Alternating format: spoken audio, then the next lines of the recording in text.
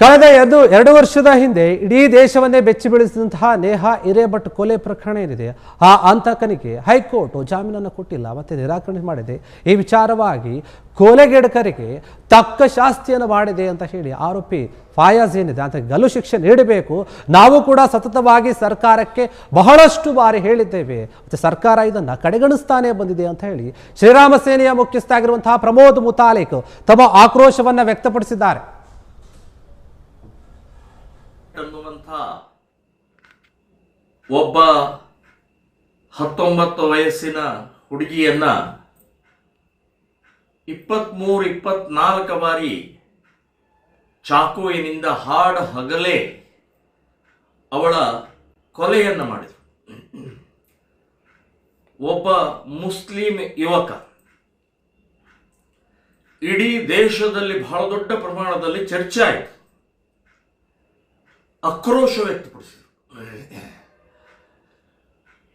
ಕೇಂದ್ರದ ಗೃಹ ಮಂತ್ರಿ ಬಂದು ಹೋದರು, ರಾಜ್ಯದ ಮುಖ್ಯಮಂತ್ರಿ ಬಂದರು.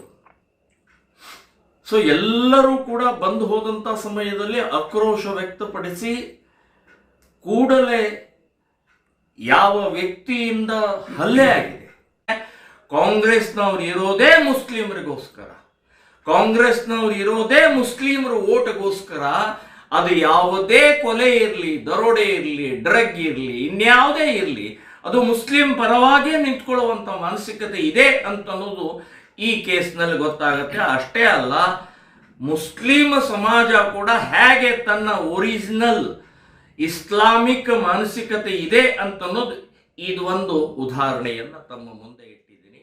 ನಾನು ಇನ್ನೊಮ್ಮೆ ಇಸ್ಲಾಮಿನ ಮಾನಸಿಕತೆ ಮತ್ತು ಕಾಂಗ್ರೆಸ್ಸಿನ ಮಾನಸಿಕತೆ ಇದನ್ನು ಬಟ್ಟ ಬಯಲಾಗಿದೆ ಅಂತನ್ನುವಂಥದ್ದು ಹಿಂದೂ ಸಮಾಜ ಅರ್ಥಕೊಳ್ಬೇಕು ಅಂತ ಇಷ್ಟೇ ಈ ಸಂದರ್ಭದಲ್ಲಿ ಹೇಳ್ತಾ ಇದ್ದೀನಿ.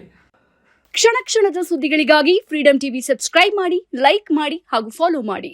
ಹೊಸ ಸುದ್ದಿಗಳ ನೋಟಿಫಿಕೇಶನ್ಗಾಗಿ ಬೆಲ್ ಐಕಾನ್ ಮೇಲೆ ಕ್ಲಿಕ್ ಮಾಡಿ.